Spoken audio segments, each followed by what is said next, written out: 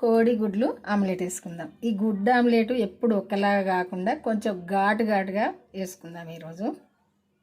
First అయితే ఈ గుడ్లను బలగొట్టుకొని ఒక గిన్నెలో వేసుకోవాలి. నేనైతే ఒక 3 గుడ్లు వేస్తున్నా. ఈ 3 గుడ్లు కూడా పలగొట్టుకొని ఇందులో వేసుకుందాం. ఘాటుగా వేసుకోవాలి. గుడ్డు ఆమ్లెట్ అంటే ఇదిగో అక్కలు ముక్కలు దంచుకున్న కారపొడి, అల్లం వెల్లుల్లి పేస్టు, వేయింపిన ధనియాల పొడి, ఘాటుకుండే గరం మసాలా, ఇదంతా ఇప్పుడు ఇందులో వేసుకుందాము.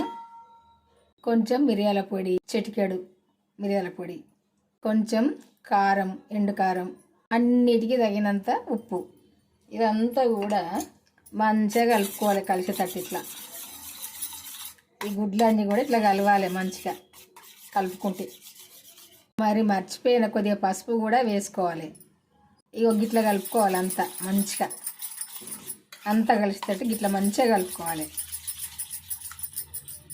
జోకుగా మాట్లాడుతానని అనుకోకండి.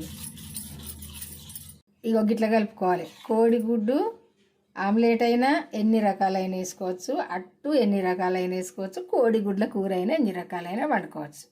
ఇప్పుడైతే వేద్దాం.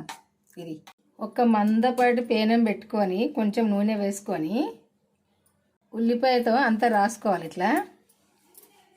ఇట్లా రాసుకోవాలి.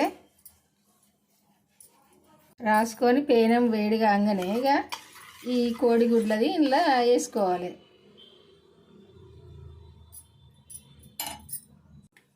పలుగొట్టుకున్న కోడిగుడ్లు మొత్తం ఈ పేనంలో ఇట్లా పేనం మీద వేసుకోవాలి.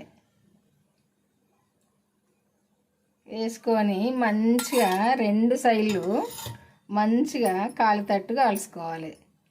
పేనం అంతా ఇట్లా అనుకోవాలి. ఎలుపుగా ఎంత వెడల్పు పేనం ఉంటే అంత వెడల్పు అనుకొని ఇట్లా ఇది కొంచెము అన్ని సైడ్లు కొంచెం ఇట్లా దింపుకుంటా మంచిగా కాలనియాలి. అన్ని సైడ్లు ఇట్లా తింపుకుంటా మంచిగా కాల్చుకుంటే ఇగో ఇట్లా వంగుతుంది. ఈ అట్టంతా మంచి టేస్ట్గా కమ్మగా ఉంటుంది.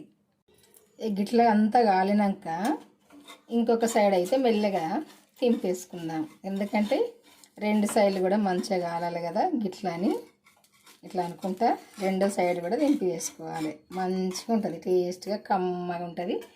మీకు నచ్చితేనైతే లైక్ చేసి మీరు కూడా చేసుకోండి. చూసి అయితే ఇది మెల్లగా సైడ్లన్నీ ఇట్లా అని మెల్లగా దింపేసుకుందాం. ఇప్పుడు